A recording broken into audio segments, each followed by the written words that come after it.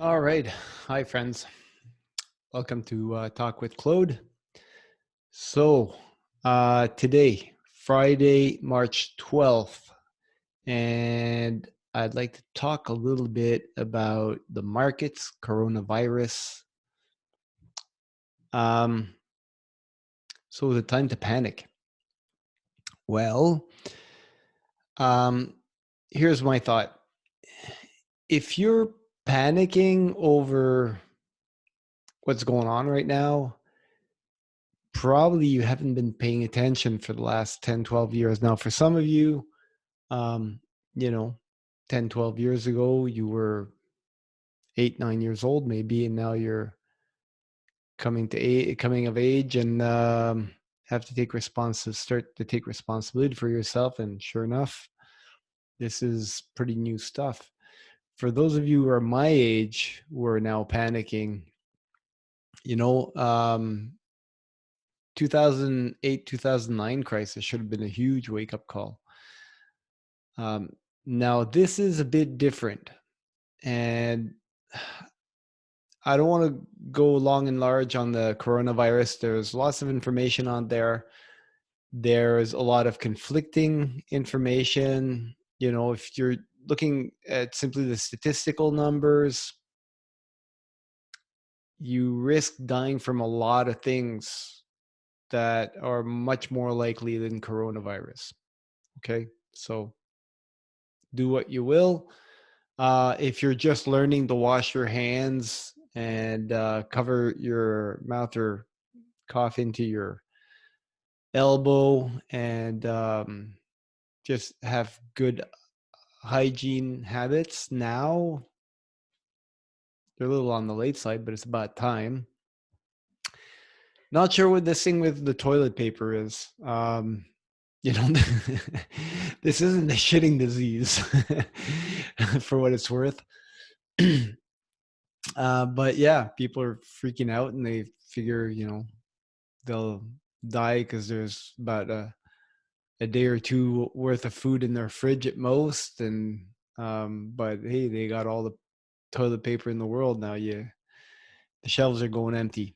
So I'm not sure why toilet paper. If one of you want to let me know, write some ideas in the comments below. Um, no, this is different because when you look at we're going into a liquidity crisis, which means the credit markets are going to freeze up here with the drop in the Dow, um, the drop on all major markets. But the way this is really different is that in 2008 and for the most part all all the other bubbles before, it's been a financial issue at its base. You know, bad loans, um, overestimated. Oh, you'll have to excuse me. I think my son's dog needs to come in here. I'll be right back. Okay, I'm back. Cosmo had a little stroll outside. He's back now. Okay, so I was saying the major issue was a financial issue. Banks wouldn't lend to each other because they were unsure of their assets, but we didn't have a production issue as such. There was a lot of following that. There was a lot of money pumped into the market, boosted the asset prices back up. So it was mostly housing at its base in 2008, and basically the reason why the prices had topped off and were coming down is because the market, they changed the rules on lending, so they made lending a lot easier. A lot of people went out and bought houses, and then the prices were climbing, so a lot of people would flip houses. And why limit yourself to one house and flip that when you can buy 10 or 12 and they'll still lend you, right? So but at some point you just built too many houses, and there's nobody left to lend to, and so the prices stopped going up, And when the prices stopped going up, then there's no use to keep buying houses and flip them. And then the whole thing came crashing down, as it bloody well should. Now, this is different with the coronavirus. I mean, the virus itself has caused some damage for sure. People have died. I don't want to minimize that. But it's the government controls on people, are being quarantined, so you can't go to work. Entire factories in China have stopped producing parts that are needed in other factories to produce more stuff. So all of a sudden, the problem isn't financial; it's production, right? So you don't want to throw money at a problem like that. If there's a shortage in liquidity, you throw money at it. I mean, for better or for worse, it did what it needed to do for the system to keep going a little longer. All right, and that was 2008.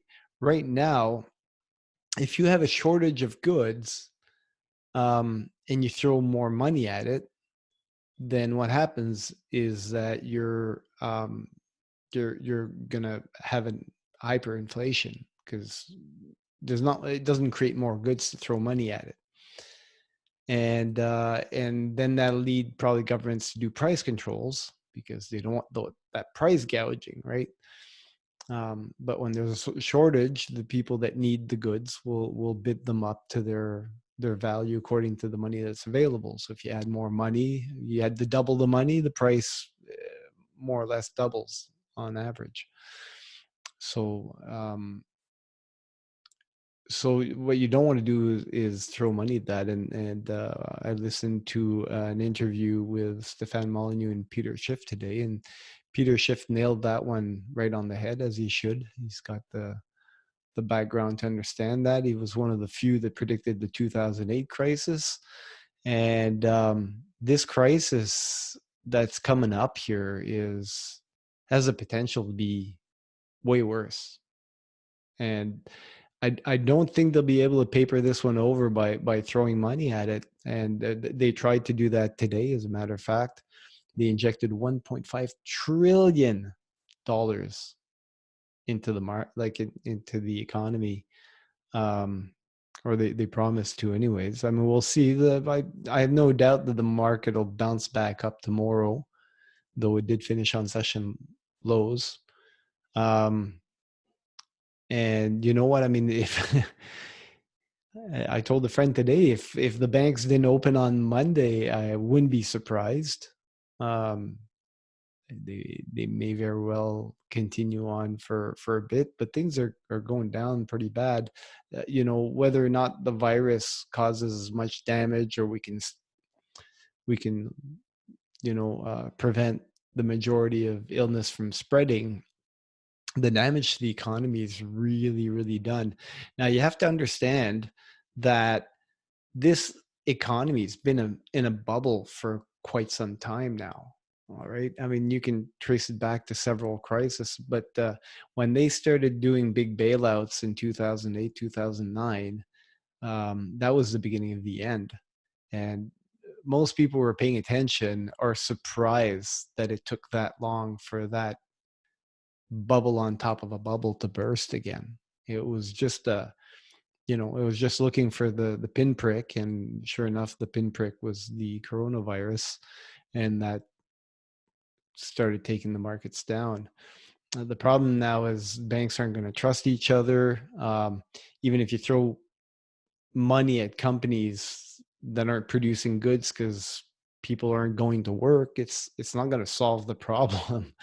If money was the problem, you throw money at it, you can solve the problem for a while there. But if the parts aren't coming in because people aren't going to work, throwing more money at it, I don't see how that's going to help. It may increase the price, or circulate some money for a bit and stave it off a little bit, but I can't see that helping for very long. And the total amount of money in the economy is one thing. The money has to circulate. There has to be money velocity for debts to get paid off, and people to be able to produce and consume and all that. So if the money isn't moving, because you can't make a sale if you don't have the parts and you're not producing the goods. So we'll see where that goes. But my message, and I guess the reason why I want to get on here, is I want I don't want people to panic, but truthfully, like, it takes a long time to prepare for something like this, and it takes a lot of sacrifice as well. Um, you know, we made the decision somewhere in 2011, 2012 to have a few chickens. And I mean, I didn't grow up on a farm. I didn't know anything about raising animals. So the information was all there. YouTube videos, documents, visiting farmers, talking to them, seeing how they do things, exchanging ideas on social media. And, we learned to take care of a few chickens.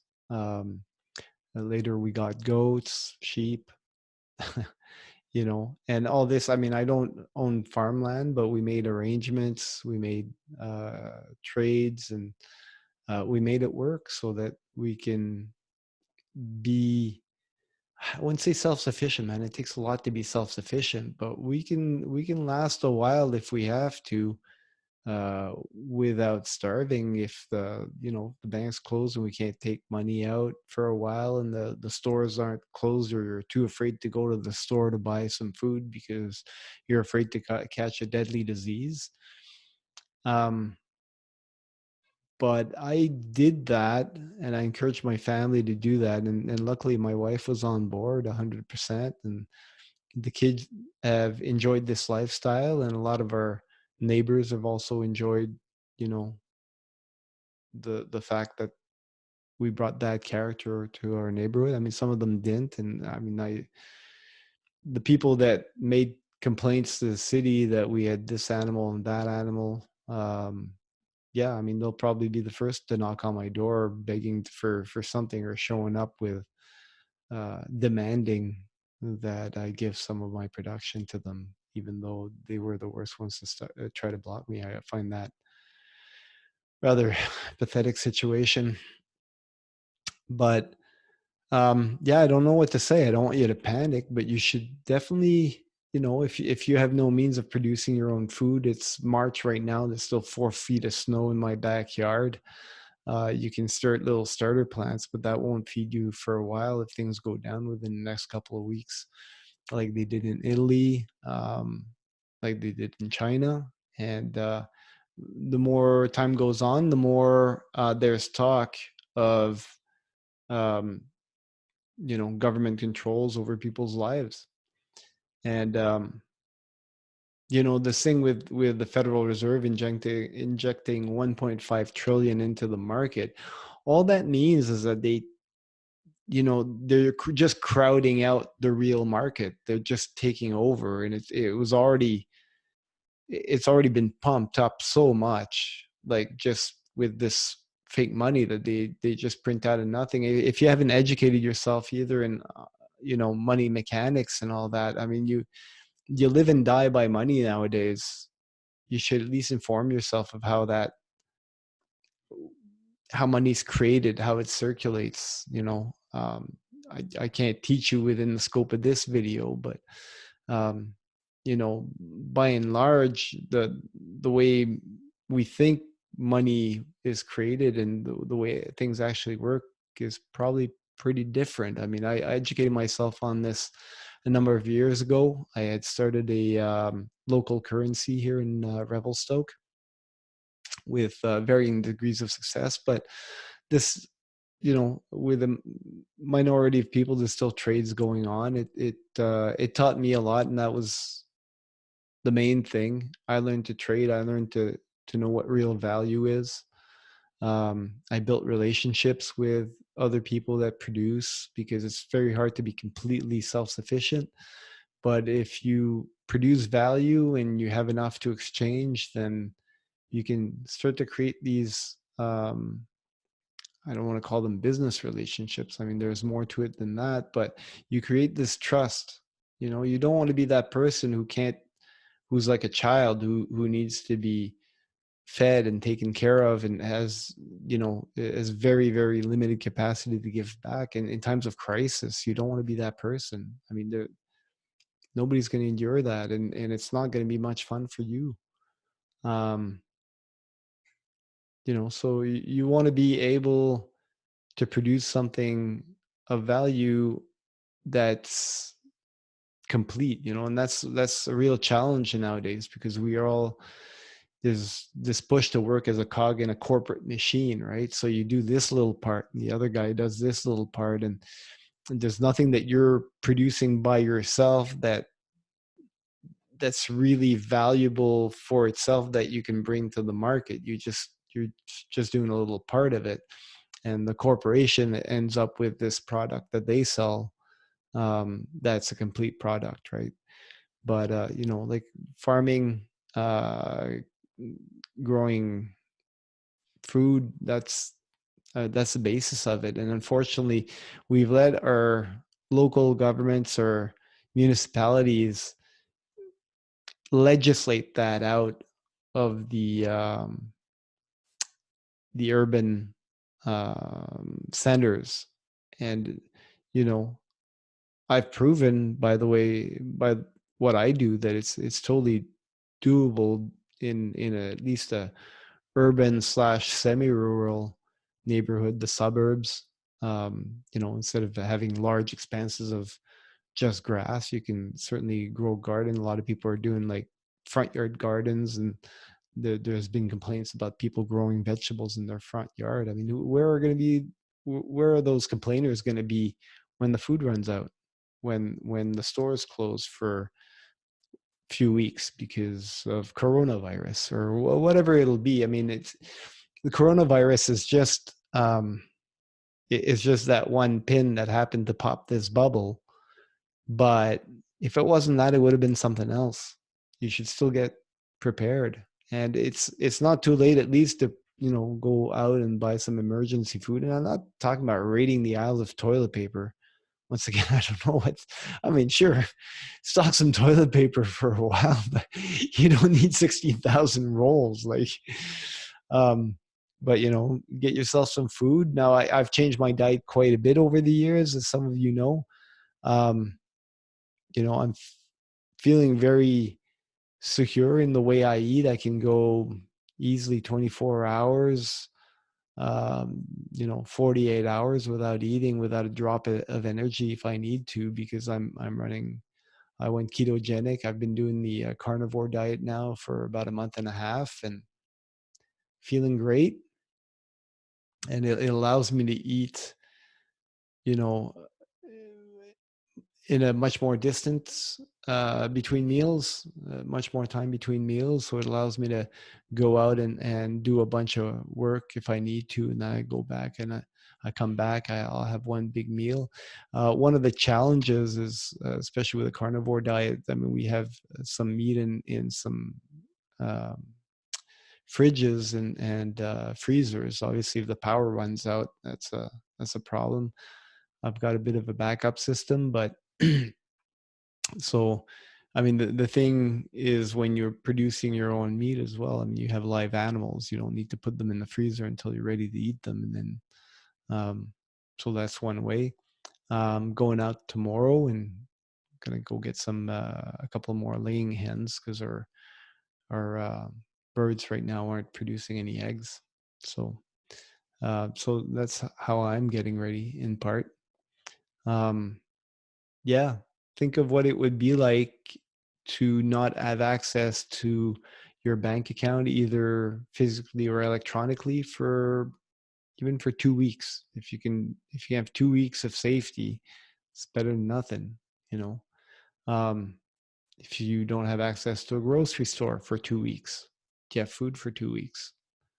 So for some of you, that might mean a big bag of rice or whatnot. But you got to think, you can't go forever just eating white rice. There's not much protein in there. There's not much minerals and vitamins.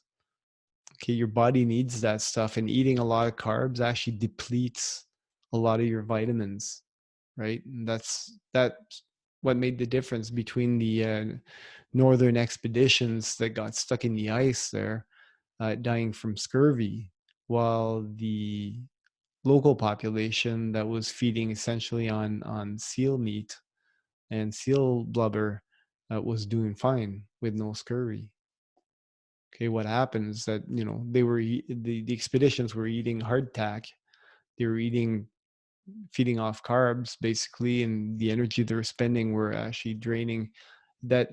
In order to get energy from the carbs, you need those vitamins. So if you're eating a plant-based diet that contains a lot of those vitamins and minerals and all that, well, it comes as a package. If you're eating processed crap that has nothing but empty calories, well, to use those calories, your body still needs those vitamins and minerals. So what it does is that it'll deplete them out of your bones, out of your own body. It'll deplete the potassium, the magnesium, manganese, and vitamin C. And if you keep that up for too long, then you end up with health issues. So think about that. You do want to get some protein. You want to get some vitamins. So I mean, if you have no other way to get them, but they get them in multivitamin pills, then go get multivitamin pills. It's better than